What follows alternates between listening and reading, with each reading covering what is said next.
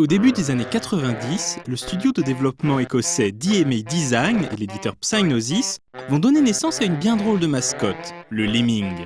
Petits êtres humanoïdes aux cheveux verts et marcheurs infatigables, les Lemmings entreprendront bien des voyages, et ce sera au joueur de les mener à bon port tout en conservant sa santé mentale.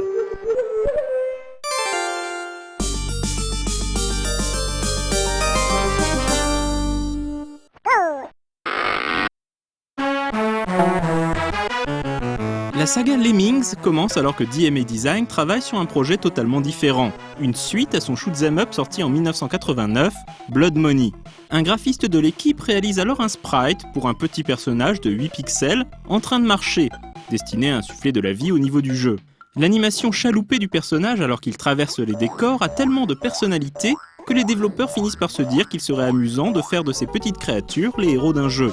Mais quel gameplay associé à des personnages de 8 pixels qui marchent toujours tout droit?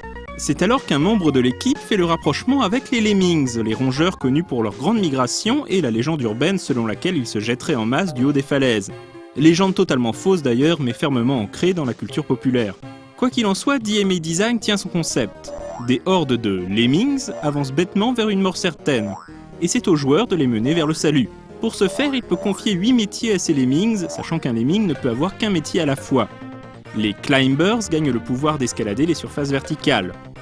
Les Floaters peuvent déployer un parapluie en guise de parachute et ainsi survivre à des chutes autrement fatales.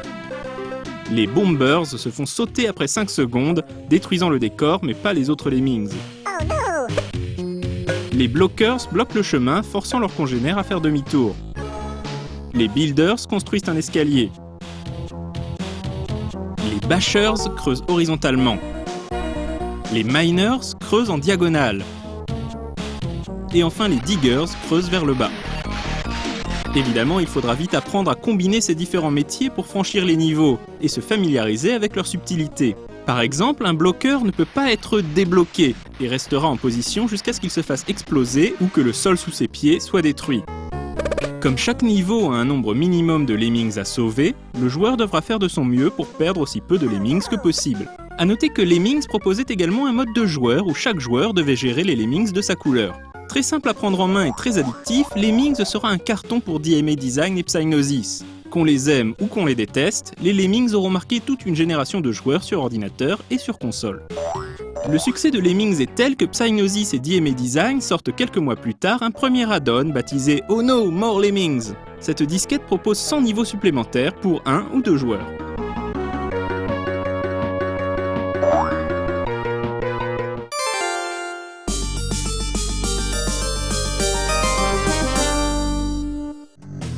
Il faut attendre 1993 pour assister à la sortie de la première vraie suite à Lemmings, Lemmings 2, sous-titré The Tribes. Lemmings 2 développe un peu le background des petites créatures et propose une histoire, basique certes, mais qui a le mérite d'exister.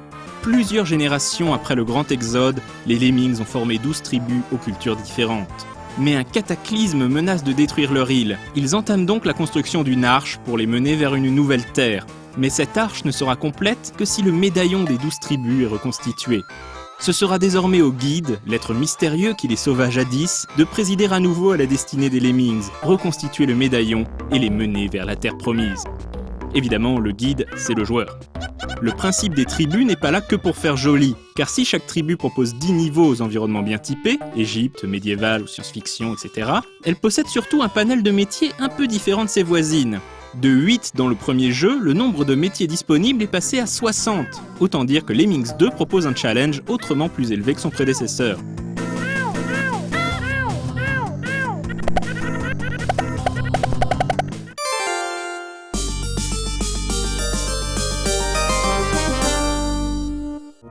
En 1994, DMA Design réalise son dernier jeu Lemmings, All New World of Lemmings, également connu simplement sous le nom Lemmings 3.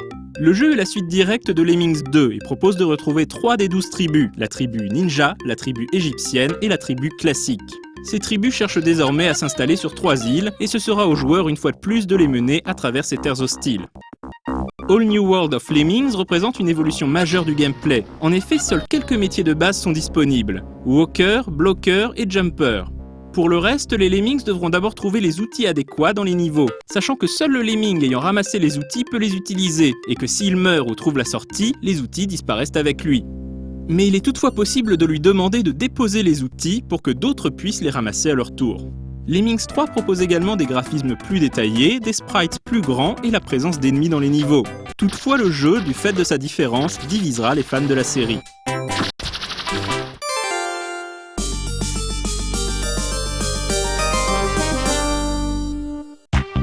DMA Design ayant décidé de se consacrer à d'autres projets, Psygnosis confie la suite de la série au studio Clockwork Games, avec pour mission d'emmener les Lemmings dans la 3e dimension. Sorti sur PC et console 32 bits, Lemmings 3D revient aux fondamentaux de la série et remise au placard tous les métiers exotiques introduits dans Lemmings 2. Sans surprise, la grosse nouveauté de cet épisode est la 3D, qui donne littéralement une nouvelle dimension au level design.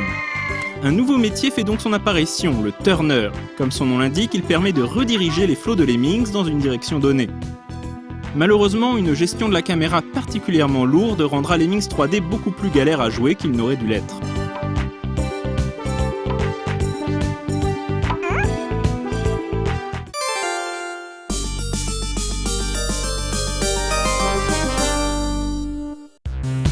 Les Lemmings connaîtront une ultime aventure en 2000 avec Lemmings Revolution. Le jeu est à nouveau en 3D mais revient à un gameplay 2D et aux 8 métiers du tout premier épisode. Concrètement, la 3D sert surtout à proposer des niveaux cylindriques, ce qui apporte son lot de nouvelles complications. Autre nouveau danger, la présence de méchants, en l'occurrence des belettes mal intentionnées auxquels les Lemmings devront échapper. Bien qu'il ne soit pas vraiment une révolution, malgré son titre, ce nouvel épisode remplit son contrat et est considéré comme un épisode solide de la série.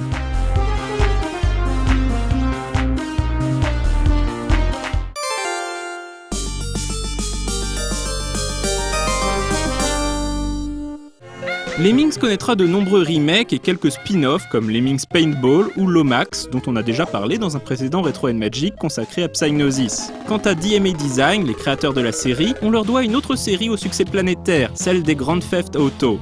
Depuis 1999, le studio est connu sous un autre nom, Rockstar.